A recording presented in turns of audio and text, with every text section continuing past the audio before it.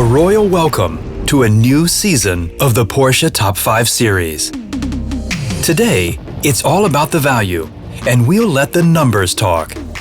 Please welcome Mr. Ted Gushue. Welcome to Top 5. My name is Ted Gushue. We're here at Stuttgart's Schloss Solitude, looking at 5 of the most valuable Porsches of all time. Join me as we take a look at them, starting at the bottom, going to the top.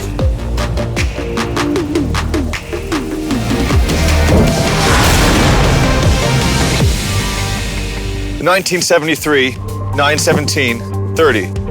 Developed for the Can-Am Racing Series, 1,200 horsepower, air-cooled, 12-cylinder. That's 100 brake horsepower per cylinder. Described most recently by Porsche factory driver Patrick Long as excellent. It is one of those things that is so brawny and so manly to drive because there is not a single piece of computer-aided technology to keep you on the track. To my left, 200 liters of fuel. To my right, another 200 liters of fuel.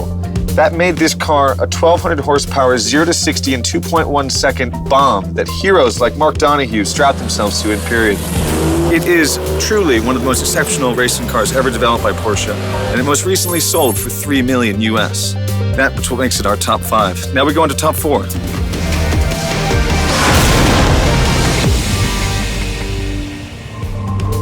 There's one car in our top 5 that doesn't have to rationalize its $5 million price tag. It's this, the 1956 Porsche 550A Spider. There's a reason they call it the Giant Killer. 1.5 liter diminutive engine with only 135 horsepower. Developed as the first Porsche that was purposely built for racing. There was not a road car envisioned, even though James Dean made it quite popular. It was almost immediately victorious, winning its 1956 Targa Florio entrance outright against cars with 2 or 3 times the power. It was the David to the Goliath of the era, and that was what makes it our number 4.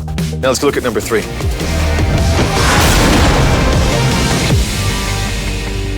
Year was 1997. The race was Le Mans. Porsche had been asked to create 20 homologation specials to compete in the FIA GT1 class, and this is the result of their efforts. Developed at Weissach, 600 horsepower, twin turbo, water-cooled, 996-based engine. It's actually the same size engine as my car, but it puts out about 3 times the horsepower. It is, to me, the sexiest, coolest, most beautiful, elongated race car that you can legally drive on the road. And that is why the Strassen version is widely considered one of 20 to be not just the rarest, but one of the most desirable. And just recently, one sold at auction for $5.6 million US, a 1998 version. There's nothing like being able to drive a Le Mans road car on the street. And that is why the Strassen version is my personal favorite. But now we go on to number 2. In 1983, chassis number 003 of the 956 Group C racing car won overall at Le Mans. It was driven by guys like Derek Bell, Al Holbert, Jackie Ickx, legends of the racing world. And it was one of the most victorious racing cars, not just by Porsche, but by any company ever. It was one of the first race cars ever to use ground effect styling, which kept it sucked to the ground as it went around corners at great speed. It had this fire-breathing engine that when you downshifted, shot massive flames out. It's what made Group C racing a spectacle to watch and defined the 1980s era of racing driving. It's what makes it our number 2, which is why it's also worth about $10 million US. It's a spectacular car. Now let's go look at number 1.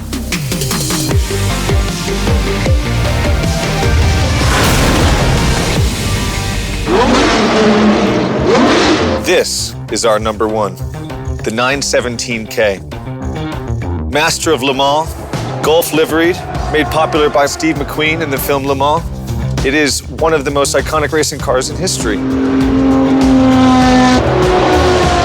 Racing driver Derek Bell was offered one of these after his racing season with Porsche for £5,000. At a time when a house cost about £7,000. He famously told me, if I came home with a racing car and a newborn baby, I would have been divorced in a week and a half.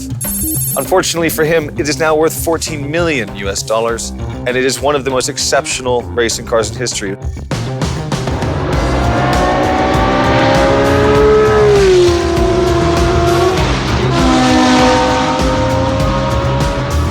Porsche engineer Hans Metzger developed the company's first V12. Not a flat 12 as commonly misconstrued, which delivered unrivaled power, reliability, and just an insane amount of torque delivered to these massive wheels at 630 brake horsepower.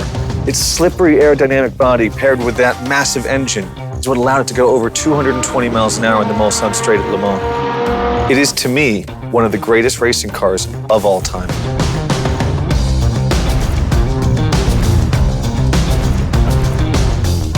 It's been a great pleasure sharing the world's 5 most valuable Porsches with you. For now, though, I have to head off, and the most valuable Porsche to me is this one right here. See you guys next time.